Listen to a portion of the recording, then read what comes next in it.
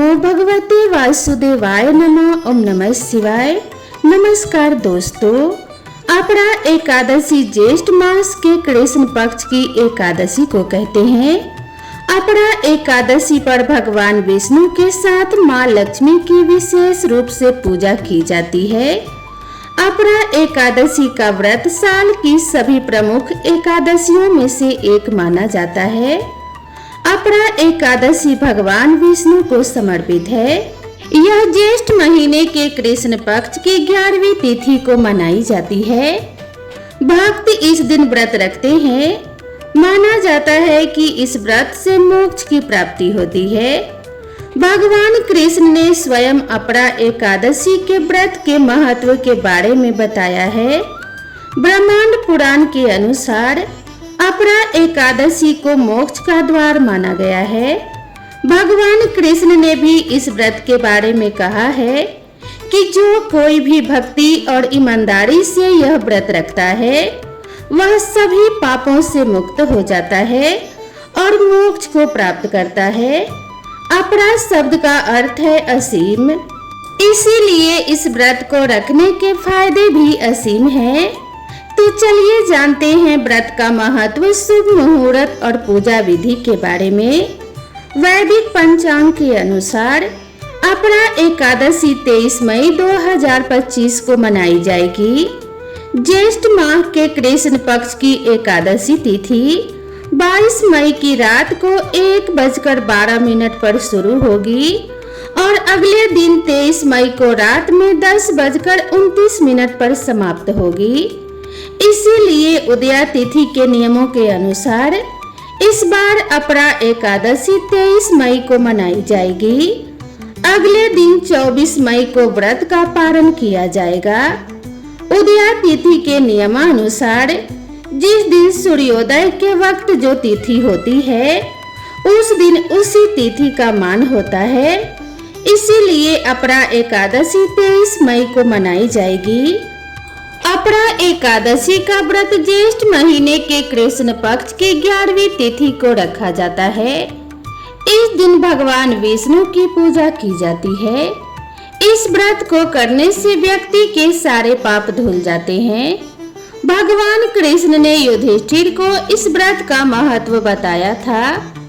उन्होंने कहा था कि इस व्रत को करने से ब्रह्म हत्या जैसे घोर पाप भी माफ हो जाते हैं।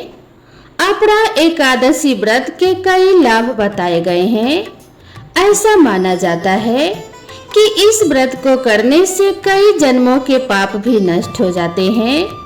यह भी कहा जाता है कि इस व्रत को करने से धन और समृद्धि की प्राप्ति होती है।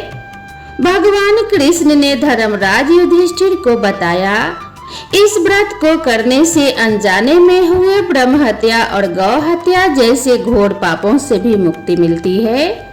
जो लोग अपने कर्तव्यों का पालन करने में विफल रहते हैं वे भी इस व्रत को करके नरक में जाने से बच सकते हैं। इस व्रत के कई फायदे हैं। यह व्रत पुष्कर क्षेत्र में 3 बार स्नान करने, कुरुक्षेत्र में सूर्य ग्रहण के समय स्नान करने और माघ के महीने में प्रयाग में स्नान करने के बराबर फल देता है।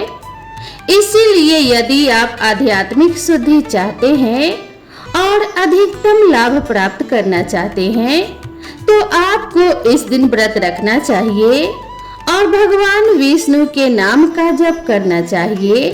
साथ ही व्रत करने वाले को अपरा एकादशी व्रत कथा का पाठ भी करना चाहिए। व्रत रखने वाले को दशमी के दिन सूर्यास्त के बाद भोजन नहीं करना चाहिए। एकादशी के दिन सुबह जल्दी उठकर स्नान करना चाहिए। इसके बाद भगवान विष्णु की पूजा करनी चाहिए। पूरे दिन निराहार रहकर रहना चाहिए। शाम को भगवान विष्णु की आरती करनी चाहिए और फलाहार करना चाहिए। अगले दिन द्वादशी को व्रत खोलना चाहिए और ब्राह्मणों को भोजन कराना चाहिए। एकादशी के दिन सुबह ब्रह्म मुहूर्त में उठना चाहिए। स्नान के बाद उगते हुए सूर्य को जल अर्पित करें। सबसे पहले घर के मंदिर में गणेश जी की पूजा करें। इसके बाद भगवान विष्णु और लक्ष्मी जी की पूजा शुरू करें। भगवान विष्णु और लक्ष्मी जी का दक्षिणावर्ती शंख से अभिषेक करें। उन्हें पीले वस्त्र और फूलों से सजाएं। पूजा सामग्री अर्पित करें। माखन, मिश्री और मिठाई का भोग तुलसी जी के साथ लगाएं। धूप दीप जलाएं और आरती करें। ओम नमो भगवते वासुदेवाय नमः मंत्र का जाप करें। भगवान के सामने एकादशी व्रत करने का संकल्प लें। पूजा के बाद प्रसाद बांटें।